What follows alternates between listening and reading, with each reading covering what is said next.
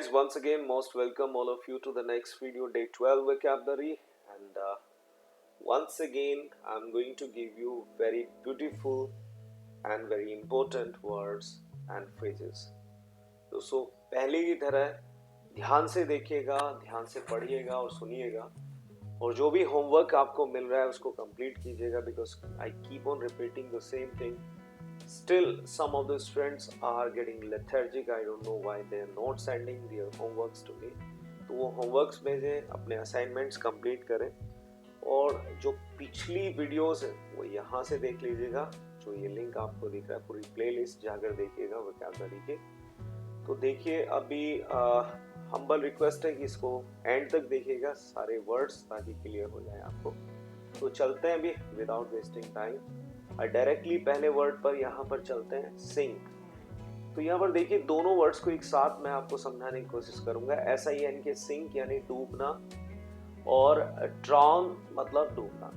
तो ड्रॉन मतलब डूबना और सिंक भी मतलब डूबना होता है. तो दोनों में अंतर क्या है समझने की कोशिश करते हैं. देखिए बहुत ही प्रैक्टिकली और समझाने की कोशिश कर रहा हूँ. जैसे कोई भी चीज पानी में गिरी और गिरने के बाद वो उसकी निचली सतह पर चली गई, ठीक है, जाकर सतह पर चली गई, नीचे चली गई पानी में, तो that is called the sink. उसको सिंक बोलते हैं. तो ज्यादातर जो निर्जीव चीजें होती है हमारी, या भारी चीजें होती है, वो सिंक हो जाती है पानी में, ठीक है. जैसे देखिए, wood doesn't sink in water. पानी में कभी लकड़ी नहीं डूबती, क्योंकि भारी नहीं होती, तो इसलिए डूबती नहीं, नीचे नहीं जाती. यहाँ दूसरा एग्जाम्पल देखिए, द बोट सैंक, ठीक है. जो नाव थी वो डूब गई, नीचे चली गई, एंड 15 पैसेंजर्स डाउन, और 15 पैसेंजर डूब गए. तो यहां पर यही एक कंफ्यूजन होता है लोगों में कि भाई सिंक एंड ड्रॉन में अंतर क्या है. तो मैं आपको बता दूं यहां पर कि जब सपोज कोई भी लिविंग बीइंग होता है, मतलब जैसे आदमी का ही एग्जांपल ले लें, तो आदमी अगर पानी में गिर गया, तो गिरने के बाद क्या होता है कि सफोकेशन होता है, उसका दम घुटता है, और दम घुटने से उसकी मौत हो जाती है, ठीक है. उसके बाद वो पानी में नीचे जाता है या डूबता है, या जैसे भी, चाहे वो डूबे या ऊपर आ जाए, कुछ भी हो, लेकिन उसका जो दम घुटता है और वो जो मरता है, that is called the drawn. उसको डूबना बोलते हैं, ठीक है जी. तो देखिए द लाउड, अच्छा, किसी चीज को दबाना भी ड्राउन होता है. जैसे एक पहला एग्जांपल है, the loud music drown his sounds. तो उसकी जो चीखें थी उसको दबा दिया तेज म्यूजिक ने, ठीक है. तो वो उसमें डूब गया, यानी उसने दबा दिया उसको. She tried to drown herself. उसने अपने आप को डुबाने की कोशिश की, ठीक है. And a child can drown in only a few inches of water. तो एक जो बच्चा है ना, वो कुछ इंचेस पानी, जैसे कुछ भी थोड़ा सा भी अगर only a few inches of water है, उसमें भी डूब सकता है, ठीक है. बच्चे के लिए ऐसा होता है. तो आशा करता हूँ कि दोनों वर्ड क्लियर है आपको. Once again I am repeating that कि कोई चीज अगर नीचे चली गई, डूब गई, कोई निर्जीव वस्तु है, तो वो सिंक हो जाएगी. कोई भी सजीव है, उसका दम घुटता है, दम घुटने की वजह से डूब गया, नीचे डूब गया, दैट इज कॉल्ड ड्रॉन, ठीक है. तो सीधी सीधी बात है, लिविंग बीइंग के लिए ड्रॉन यूज करना और सिंक यूज करना नॉन लिविंग के लिए, ठीक है जी. चलिए जी, थर्ड देखते हैं. ये भी बहुत अच्छा वर्ड है, डॉज. सराबोर करना या डुबाना या बुझाना, ठीक है. दोनों मीनिंग होते हैं. देखिए celebrate in the water festival Holi, you know, dodge one another with water and colours. तो जो त्योहार को मनाने वाले हैं उनको सेलिब्रेंट्स बोलते हैं, ठीक है. तो celebrants in the festival of Holi, जैसे वाटर का, जो पानी का हमारा त्योहार है होली, होली में क्या करते हैं, दे डॉज वन अनदर, एक दूसरे को पानी से सराबोर कर देते हैं, पानी में तरबतर कर देते हैं, ठीक है. पूरी तरह डुबा देते हैं पानी में, ठीक है. और रंगों में भी डुबा देते हैं, रंगों से सराबोर कर देते हैं, राइट. नेक्स्ट देखिए, we rushed pass them with buckets and try to dodge the flames. तो हम क्या दौड़कर उनके पास गए बाल्टियों के साथ, और कोशिश की आग को बुझाने की. हालांकि दोस्तों, आग बुझाने के लिए हमारे पास डॉज तो के अलावा बहुत सारे वर्ड और भी होते हैं. जैसे एक वर्ड होता है हमारा एक्सटिंग्यूश,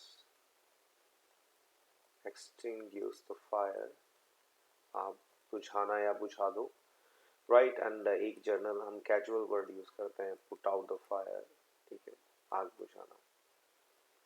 तो इस तरीके के वर्ड भी हम यूज कर लेते हैं आग बुझाने के लिए। नेक्स्ट देखिए, ड्रेंच। ड्रेंच मतलब होता है तरबतर होना, तर होना, ठीक है। तो आई वॉज ड्रेंच विद या इन, दोनों प्रेपोजिशन में से इन ज्यादा यूज होता है, इन स्वेट, तो मैं पसीने से तरबतर हो गया था।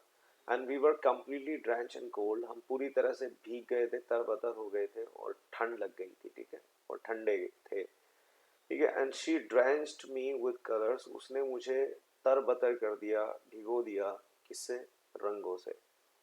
तो होली आ रही है दोस्तों, इन जैसे शब्दों का आप यूज कर सकते हैं, यू कैन यूज दैम, बहुत ही ज्यादा इंपॉर्टेंट है, this is why I am giving you these type of words. Next देखिए, और लास्ट तक बने रहिएगा, ठीक है। Run and shy away from somebody and something, तो या तो आप रन अवे कर लीजिए या फिर शाई अवे कर लीजिए, उसके बाद फ्रॉम यूज करके आप ऑब्जेक्ट के रूप में समबडी एंड समथिंग कुछ भी लगा सकते हैं, किसी भी व्यक्ति परिस्थिति से भागना या पीछे हटना, that is called shy away. To avoid something that you dislike, fear और डोंट फील कॉन्फिडेंट अबाउट, कोई भी ऐसी चीज को अवॉइड करना जिसको आप पसंद नहीं करते या डरते हैं या आप फील नहीं करते कॉन्फिडेंट उसके बारे में। जैसे आई नेवर शाई, I never run away from hard work, तो मैं कभी भी पीछे नहीं हटता मेहनत से। And he never shied away from a fight, sorry he never shied away from a fight, वो कभी भी पीछे नहीं भागा यानी पीछे नहीं हटा, किससे, फाइट से, नो मैटर हाउ पावरफुल। इससे कोई मतलब नहीं कि दुश्मन कितना पावरफुल है, लेकिन वो कभी भी पीछे नहीं हटा। Fall in love with somebody, किसी के प्यार में हो जाना, वैसे मैं समथिंग भी यहाँ पर जोड़ देता हूँ, किसी वस्तु से प्यार हो जाना है, किसी से प्यार हो जाना है, जनरली हम लिविंग को ऑब्जेक्ट बनाते हैं। जैसे ही fell in love with his junior, उसे अपने जूनियर से प्यार हो गया था, एंड ही मैरिड हर, उसने उससे शादी कर ली थी। If you continue doing it, अगर आप इसे जारी रखेंगे करना, ठीक है, तो you will soon fall in love with it, तो आपको जल्दी इससे प्यार हो जाएगा। नेक्स्ट देखिए, 7, hurt somebody badly and cut somebody to the quick, बहुत अच्छा फ्रेज है दोस्तों ये वाला, इसको यूज करिएगा। जिस तरह हम दो दो सेंटेंसेस बनाते हैं उसी तरह से बनाए, दो दो बनाए, तीन तीन बनाए, बहुत अच्छे से हम वर्क करिए ताकि ये सारी वर्ड्स एंड फ्रेजेस आपके पार्ट बन जाए भाषा का, ठीक है। और जब भी आप मुंह खोलें तो ये निकल कर आए। तो देखिए, हर थॉटलेस, उसका जो विचारहीन, remark cut me the quick, तो you know cut me to the quick, right. To भी लगा सकते हैं, कई बार टू नहीं भी होता, बट अगर आप लगा दें दैट्स फाइन, ओके। तो her thoughtless remark cut me the quick, तो उसके जो विचारहीन उसकी टिप्पणी थी, उसने मुझे बहुत कष्ट पहुंचाया, ठीक है। And he was badly hurt by the end of his marriage, तो अपनी शादी के अंत तक वो बहुत बुरी तरह से पीड़ित हुआ, यानी उसको कष्ट पहुंचा, ठीक है। इस तरीके के सेंटेंस आप बना सकते हैं, तो दोनों का यूज करिए, और बहुत सारे सेंटेंस बना सकते हैं, ठीक है, कोई प्रॉब्लम नहीं है। नेक्स्ट देखिए, टीज समबडी, किसी को चिढ़ाना, to make fun of kid, और किसी बच्चे को परेशान करना, उसकी मजाक उड़ाना। जैसे don't make fun of him, उसका मजाक ना उड़ाएं, उसको परेशान ना करें, जैसे परेशान करना होता है tease, okay. And she teases him about his weight, that's wrong, वो उसके वजन को लेकर उसे चिढ़ाती है, और जो कि गलत है, दैट्स रॉन्ग। ये था आपका 8th। 9 देखते हैं दोस्तों, लुक, सर्च फॉर समथिंग या सिक। तो यहाँ पर देखिए, look and search for something, यहाँ पर फोर लगाएंगे, लुक के साथ भी look for and search for something, कुछ खोजना, तलाशना। He is looking for a job, एक जॉब ढूंढ रहा है, he is searching for a job, वह जॉब ढूंढ रहा है। And she is searching for house, वो एक घर ढूंढ रही है। And snakes seek the sun to warm their bodies in cold, और जो सांप होते हैं वो धूप की तलाश में रहते हैं, धूप को ढूंढते हैं अपनी बॉडीज को गर्म करने के लिए, किसमें, ठंड के, ठीक है, ठंड के मौसम में। You should visit your doctor and seek his advice, तो यहाँ पर देखिए सिक का मतलब लेना भी होता है, तो you should visit your doctor, तुम्हें अपने डॉक्टर के पास जाना चाहिए और उनसे सलाह लेनी चाहिए।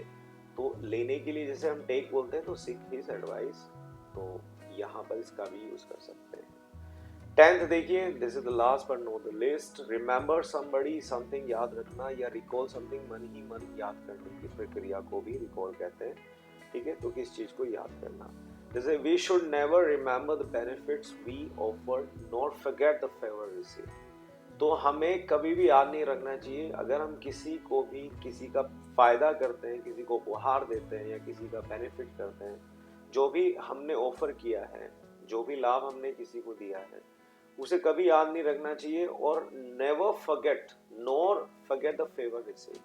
और अगर आपका किसी ने कोई लाभ किया है तो उसे कभी भूलना नहीं चाहिए, ठीक है।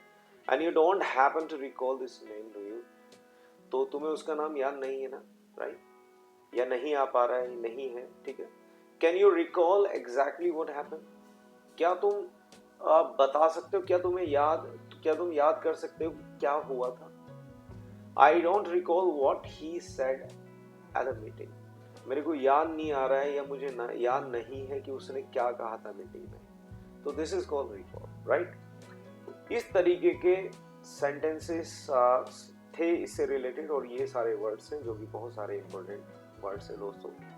तो इस पूरे के पूरे सीरीज को आप कंप्लीट करें, इस पूरी वीडियो को एक बार फिर से देखिएगा दोबारा, और अगर फिर भी कंफ्यूजन है तो प्लीज़ मुझे आप टेक्स्ट कीजिएगा, और I will be replying to your questions and your queries. अभी तक के लिए इतना ही, अपना ख्याल रखिएगा, थैंक यू सो मच।